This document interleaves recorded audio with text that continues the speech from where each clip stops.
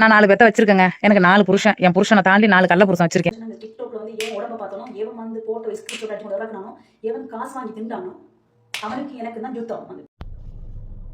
யாருப்பா சொன்னது வெளிநாட்டு வாழ்க்கை ரொம்ப கஷ்டமான வாழ்க்கை, ரொம்ப கஷ்டப்படுற வாழ்க்கை அப்படின்னு? என்ன சந்தோஷமான வாழ்க்கை, தண்ணி தம்மு வேற லெவல், சும்மா நடிக்கிறது. அஸ்ஸலாமு அலைக்கும் வரஹ்மத்துல்லாஹி வபரகாத்துஹு. அன்பார்ந்த அனைத்து உறவுகளுக்கும் இனிய மாலை வணக்கம், இரவு வணக்கம். என்ன வாழ்க்கைடா இது இல்லையா? ஆனால் ஒன்று மட்டும் புரியுது, ஒரு சில தருதலைகளால் உண்மைக்குமே கஷ்டம் வந்தாலும் நியாயம் என்றது கிடைக்காது. நியாயம் என்றது யாருக்கும் கிடைக்காது. நினைச்சு கூட பார்க்க தேவையில்லை நியாயம் அப்படின்றது. ஏன் சொல்லுங்க, இப்போ பாருங்க, தண்ணி தம்மு ஆட்டம் சரக்கு எது வேணாலும் பண்ணலாம். இது எது பண்ணினாலும் என்ன நடக்கும்? யாரும் கேட்க போறது இல்லை. இது வந்து ஒரு சிலர். அடுத்தது லைவ். இப்போ இதே இன்னொரு நல்ல ஒரு மேட்ரு ஒன்று இருக்குது. இப்போ இந்த வீடியோ நான் போட்டிருக்கேன்ல, உடனே இப்போ போலியில் வருவாங்க வரைஞ்சி கட்டிக்கிட்டு. இவங்களுக்கு கடைக்கு போகிறவங்க, இவங்களுக்கு தூக்கி கொடுக்குறவங்க கொஞ்சம் பேர் இருக்காங்களா, வருவாங்க. அப்படின்னா சந்தோஷமாகவே இருக்கக்கூடாதா, தம் அடிக்கக்கூடாதா, தண்ணி எடுக்கக்கூடாதா, அதெல்லாம் தப்பா அப்படின்னு கேட்குறதுக்கும் ஒரு கூட்டம் இருக்குது. அது வரும். அதே மாதிரி இப்போ இதே லைவில் ஊருலகம் பார்க்கத்தான் லைவ் போட்டிருக்காங்க. அது தப்பு கிடையாது. அதை பற்றி நாம் விமர்சித்து பாருங்கள் இப்படி பண்ணுறாங்களே அப்படின்னு யூடியூப்பில் போட்டோன்னு அந்த யூடியூப்காரனுங்க உடனே நம்மளை விற்று பொழப்பு நடத்துகிறானுங்க, பொம்பளைங்களை விற்று தான் பொழப்பு நடத்துகிறானுங்க. நீங்கள்லாம் சரியாக இருந்தால் நாங்கள் எதுக்கு உங்களை வச்சு பொழப்பு நடத்தணும்? இப்போ உண்மைக்குமே இந்த மாதிரி ஆட்டம் போடக்கூடிய பெண்கள் 1000க்கு 10 பேர் தான் இருப்பாங்க. வெளிநாட்டில் 1000க்கு 10 பேர். அதுவும் வெளியில் இருக்கிறவங்களில் ஒரு சிலர் அப்படி இருப்பாங்க. வெளியில் இருந்தாலும் ஜெனுவினா தன்னுடைய குடும்பங்களுக்கு ஏற்றாற் போல தன்னை பாதுகாத்து கொண்டு இருக்கக்கூடிய பெண்களும் ஆண்களும் இருக்கத்தான் செய்கிறாங்க. ஒரு சிலர் 1000ல் 10 பேர். ஆனால் அந்த 1000ல் 990 பேர் இருக்கிறாங்க இல்லையா, அவங்க நல்லபடியாக ஒழுக்கமாக ஒரே வீட்டுக்குள்ள இதோ ரோட்டை பார்க்குறதே அந்த குப்பையை வீச போகும்போது தான். அந்த மாதிரி இருக்கக்கூடியவங்களுக்கும் சேர்த்து அவ பேரை கொடுத்துட்டு போயிடுறாங்க. சோஷியல் மீடியாக்களில் நான் சில வீடியோக்களை அட்டாச் பண்ணுறேன், பாருங்கள், நிச்சயமாக பாருங்கள். அந்த வீடியோக்களையும் பார்த்துட்டு அதுக்கு பிறகு பதில் கொடுங்க. சோஷியல் மீடியாக்களில் பேசுகிற சில பேச்சுக்கள், நடைமுறைகள், நான் அப்படித்தான் வருது வீடியோ பின்னால் பாருங்கள்.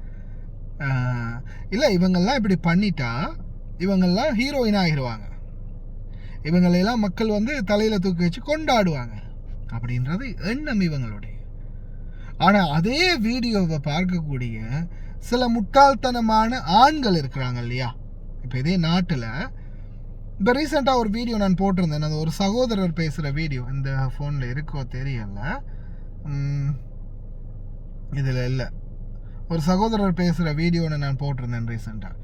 அந்த வீடியோவில் பார்த்தீங்கன்னா அந்த சகோதரர் சொல்கிறாரு, நீங்கள் சில கருத்துக்கள் வந்து முரண்பாடானதாக இருந்தாலும் ஒரு சில கருத்துக்கள் உண்மை. அவர் சொல்கிறது, தலையில் ஹிஜாப்பை போட்டுக்கிட்டு ஆடுறீங்க, அப்படி பண்ணுறீங்க, இப்படி பண்ணுறீங்க. அவர் சொல்கிற கதைகள் ஒரு சில கதைகள் 100க்கு 100% உண்மை. ஏன்னா நீங்கள் செய்கிற தவறு அந்த மாதிரி இருக்குது. சமூக சீர்கேட்டில் மெயினாக இப்போது எங்களுடைய பெண்கள் சிலர் செய்யக்கூடிய தவறுகள் தான் ஒட்டுமொத்த சமுதாயத்தையும் பாதிக்குது. ஒரு சிலருக்கு வந்து அதால் அவப்பெயர், சரியா? அதை பார்த்துட்டு இப்போ ஏதோ துக்கம் கஷ்டம் என்று வெளிநாட்டில் இருக்கிறவங்க சொன்னாலும் இவனுங்க பொய் சொல்கிறாளுங்க. அப்படியெல்லாம் ஒன்றும் இல்லைந்தா ஆட்டம் பாட்டம் குடி கூத்து கும்மாலோண்டு வெளிநாட்டுக்கு போனாலே ஜாலி தான் அப்படின்ற மாதிரி ஒரு சில முட்டாள்தனமானவங்கள் நினச்சி கொள்வாங்க. அதே போல் இதை பார்க்கக்கூடிய சில சமுதாயம், அடடா வெளியில் இப்படி ஒரு வாழ்க்கையா, இதுங்க ஏதாவது ஒரு நாளைக்கு வேலைக்கு போயிட்டு வந்து எப்பயாவது வருஷத்தில் ஒருக்கா கூட சிலருக்கு வந்து வேலை கிடைக்கிறது இல்லை. வெளியில் போனால் அவ்வளோ ரிஸ்க்கு, அவ்வளோ கஷ்டம், சில டைம்ல சோத்துக்கு சிங்கி அடிக்கணும், ரூமை விட்டு வெளியே அனுப்பிடுவானுங்க. ரூம் தாரேன் வந்து இருக்கிறியா அப்படின்னு கேட்பானுங்க, கூட இருக்கிறியா பச்சை பச்சையா கேட்பானுங்க. அதெல்லாம் தாங்கணும். சில நேரங்களில் அதையும் கொடுக்க வேண்டிய சூழல் வரும். சில நேரங்களில் மிகப்பெரிய அளவில் பாதிப்புகள் வரும். வேலைக்கு போட்டால் சம்பளம் கொடுக்க மாட்டானுங்க. இந்த மாதிரி நிறைய பிரச்சனைகளை தாங்கிக்கிட்டு தான் இவங்களும் வெளியில் இருக்கிறது.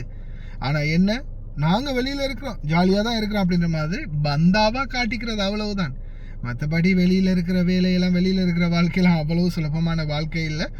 அவ்வளோ சுலபமாக அந்த மாதிரியான சிச்சுவேஷனுக்கு இவங்களால் வரவும் முடியாது.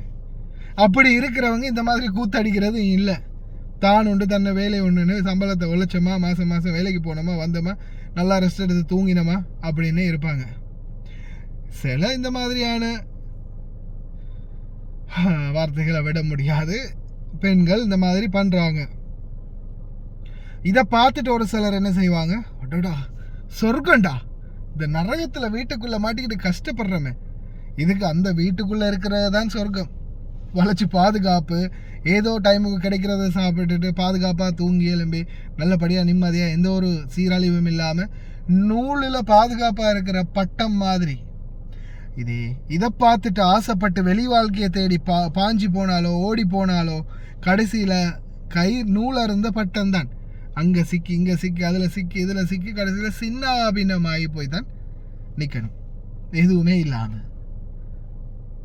இந்த மாதிரி முட்டாள்தனமான செயல்பாடுகளை நம்பி வெளியில் போகிறவங்களுக்கும் கடைசியில் இதுதான் நிலைமை. சிந்தித்து செயல்பாடுங்க. இப்போ கடைசியில் வரக்கூடிய வீடியோக்களை பாருங்கள், உங்களுக்கே புரியும்.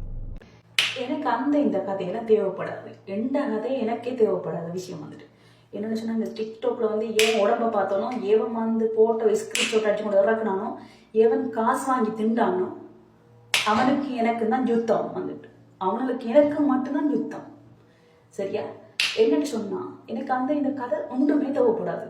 இந்த டிக்டாக்கால வந்து பாதிக்கப்பட்ட பெண்கள் இருக்காங்க வந்துட்டு, இந்த குழந்தை பிள்ளையில கொண்டு வந்து சீரழிச்சிருக்காங்க இந்த டிக்டாக் வலைதளத்தில். எனக்கு அதெல்லாம் நியாயம் கிடைக்கணும் வந்துட்டு. நியாயம் கிடைக்காம கூட ஒருத்தர் கூட மாட்டேன் நான் வந்துட்டு. இந்த கெட்டவனை வந்து அடிக்கி திறத்துல நான் இல்லைன்னு பாரு, நான் கூடிய சீக்கிரமா வந்துட்டு எத்தனை பெண்ணுக்கு பிள்ளையில கொண்டு போய்டும் கேவலப்படுத்திருக்காங்க. அப்போ கூட கண்டெல்லாம் வந்து எங்கே போச்சு வந்துட்டு. எனக்கு என்னைய பற்றி எனக்கே கவலை இல்லை, உங்களுக்கு எதுக்கு கவலை என்னைய பற்றி வந்துட்டு. எனக்கு இந்த கதை தேவையில்லை. எனக்கு நீதி வேணும், அளவுதான் சொல்கிறேன். நீதிக்காக எந்த இலக்கியாவும் போகணும் வந்துட்டு, அதுதான் சொல்கிறது. நான் 4 பேத்த வச்சிருக்கேங்க. எனக்கு 4 புருஷன். என் புருஷனை தாண்டி 4 கள்ள புருஷன் வச்சிருக்கேன். பொம்பளை நாளே 4 புருஷன் 3 புருஷன் வச்சிருப்பாளுவோ. கண்டிப்பா இந்த வீடியோ பாக்குற ஒவ்வொரு பொண்ணுக்கும் கள்ள புருஷன் இல்லாமலாம் இருக்காது. அந்த மாதிரி எனக்கு இருக்கு. என் வீட்டுக்கார் இல்ல, அதனால அந்த 4 பேத்தையும் உங்கள்கிட்ட காமிச்சாகணும். இன்னைக்கு தான் உண்மையை உடைக்க போறேன். இந்த வியூஸுக்காக சப்ஸ்கிரைபுக்காக சொல்ல, உண்மையிலேயே 4 புருஷன் பத்தாதுன்னு சொல்லி கொஞ்சம் வித்தியாசமா இருக்கும் இல்லையா ஒருத்தண்டியும். அதனால ஒரு 2-3 பேரை வந்து அப்பப்ப செப்பரேட்டா வர வச்சு தேப்பேன். இப்போதைக்கு 4 பேரை வச்சிருக்கேன் பாத்தீங்களா, அவங்களெல்லாம் ஒட்டுக்கா ஒரே நேரத்துல வச்சு தேப்பேன். ஏன் அடிக்கடி ஒருத்தவங்க வந்துட்டு போறாங்க, அவங்களையும் பர்மனண்டா வச்சுக்கலாம்னு உங்களுக்கு தோணும். அதாவது வந்து நம்ம வலியை போக்காத புருஷன்லாம் என்ன புருஷன், அதனால அப்பப்போ வர வைப்பேன். வலியை தீத்தாங்கன்னா வச்சுப்பேன், வலியை தீக்கலன்னா தூக்கி தூர போட்டுருவேன். அந்த மாதிரி 4 பேர் பர்மனண்டா இருப்பாங்க.